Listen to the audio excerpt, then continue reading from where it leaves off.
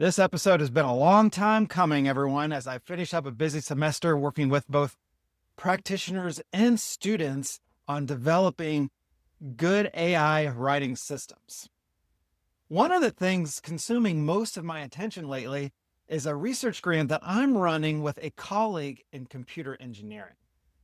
Students are building structured chatbots for disaster communication and then assessing and documenting how those systems actually perform. More on that in some upcoming posts for sure. But a question keeps surfacing in that work. How do we actually evaluate AI systems? What counts as evidence? And how do we measure it in ways that are meaningful and not just conveniently supporting our points or disproving our points? I'm Lance Cummings, and welcome to this intermittent or aspirationally bi-weekly podcast that explores deep research on AI and writing. And hey, if you're listening to this on a podcast or something, I'd love to know about it. Shoot me an email or message on LinkedIn or Substack if you're enjoying these podcast versions, just so I know whether or not to keep doing it. They are a lot of work. And I'm actually thinking about bringing researchers in here to have a conversation. Let me know what you think about that. So this question about evidence really set me back to a paper I probably should have read as a teacher a while ago. I'm actually not sure if the word evidence-based gets attached to AI evaluation much, but the assumption is certainly clear in the way that we think about it in the workplace and in a lot of research labs. Use data, test your prompts, measure outputs. That seems to be evidence-based.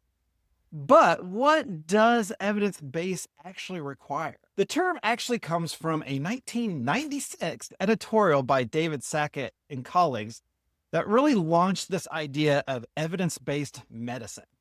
He defined evidence-based as the conscientious, explicit, and judicious use of current best evidence in making decisions about the care of individual patients. It's pretty easy to stop there. Okay, run the study and then follow the data. But Sackett immediately complicated this. He drew a model with 3 overlapping circles and said all 3 are required to be evidence-based: research evidence, professional expertise, and patient values. And here's a quote from Sackett's work. Without clinical expertise, practice risks becoming tyrannized by evidence. For even excellent external evidence may be inapplicable to or inappropriate for an individual patient. For those of us doing AI work, the substitution is pretty straightforward. Replace clinical expertise with communication expertise. Replace individual patient with your specific audience and their context. And this gives us our own definition.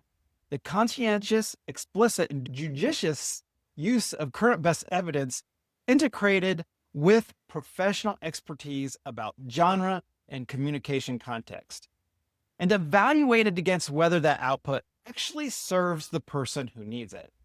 So really, any comprehensive analysis of an AI content system needs more than just numbers. It needs what I would call rhetorical analysis. Numbers are great, but they are only half the picture.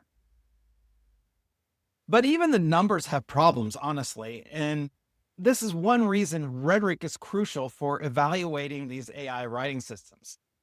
Many people do assume that research evidence circle is at least the most objective, but that is very difficult to achieve with AI and content. For example, Panixari and colleagues challenge it directly in their research. They showed that LLMs systematically favor their own outputs when used as evaluators. This is LLM as a judge, you'll often hear. Fine-tune a model to better recognize its own text, and the self-preference bias really scales to that proportionally. Other work has extended this by showing bias running across model families and found that evaluator LLMs often missed intentionally degraded outputs more than half the time when judging from their own model family. And even human evaluation has its own distortions. Hosking and colleagues found that human raters consistently score assertive but incorrect, i.e. confident, outputs higher than accurate, but slightly hedged outputs. So really confident and wrong really beat careful and right. For our disaster communication project, this means treating any single evaluative method as definitive is a mistake. That really brought me to the idea of using better constructed rubrics and some research and education that might not seem to apply right off the bat. But back in 2015, Terry Wrigley actually traced what happens when education tries to adopt evidence-based medicine's framework. And there's quite a bit of this movement going on. Administrators want us to use evidence-based practices in the classroom. Too often, these models are imposed on teachers or, in the workplace, practitioners from the top down, disregarding practitioner points of views or teacher points of views. Here's what the research says, now just do it.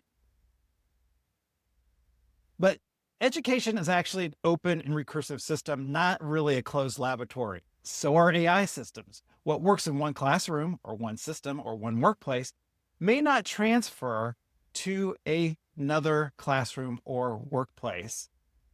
And really, building AI systems, AI prompts, and skills is the same thing. A model's response changes the context for the next interaction, and effects are dependent on interpretations and things that are going on in the environments around these AI uses. And you may have heard of Wharton Generative AI Labs research on prompting that actually gives us some of our best practices. But their end conclusion was that prompt engineering effects are complicated and contingent.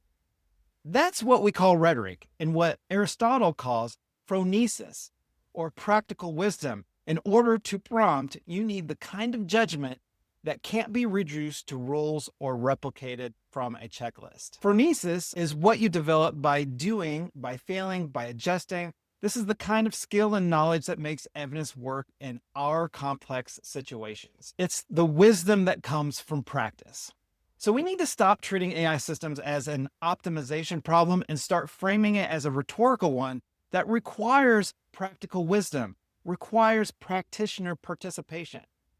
Most of us already know automated evaluation is imperfect, but too often we use it as if it weren't, because the alternative kinds of evaluation takes time and doesn't always produce clean numbers. So I'm not saying abandon these evidence-based practices or research techniques, but we should be precise about what it can and can't tell us. An LLM as a judge gives signal on fluency, consistency, surface coherence, some aspects of accuracy, but it can't tell you whether the output serves the person who needs it. Those are different questions, and the first does not substitute for the second. So for those of you professionals out there working with your AI systems, when evaluating an AI output, you should ask the question no metric answers for you. Does this serve the actual person who needs it in this context for this purpose? Whether it's yourself, your team, your clients, your users, building a rubric that does that requires moving beyond, is this accurate, towards questions about usability and audience fit. So in our disaster communication project, for instance, one rubric dimension asks, could a coastal resident with limited English act on this message during an active evacuation? All three circles are integrated into this evaluation criteria: evidence or research, practitioner experience, and user needs. I'll be sharing this full rubric I'm developing soon for paid subscribers. Your own systematic rubric-driven testing is really legitimate evidence and not some kind of fallback when evidence-based doesn't work. And it's a really important part of showing employers your value, whether you're in the job market or really whether you're arguing for your value in the workplace. The key is really knowing how to communicate it. And just so you know, that's the core skill my Writing with Machines course is designed to build. It's structured around developing an AI portfolio with real documentation. I'm giving paid subscribers free access till the end of June. That's really what my students have been doing all semester, I realized. And our disaster communication project really pushed this into new territory, which I'll be exploring a lot on my Substacks. So more on that soon. I'm Lance Cummings. Until next time, use all three circles: evidence, practitioner wisdom, and user values.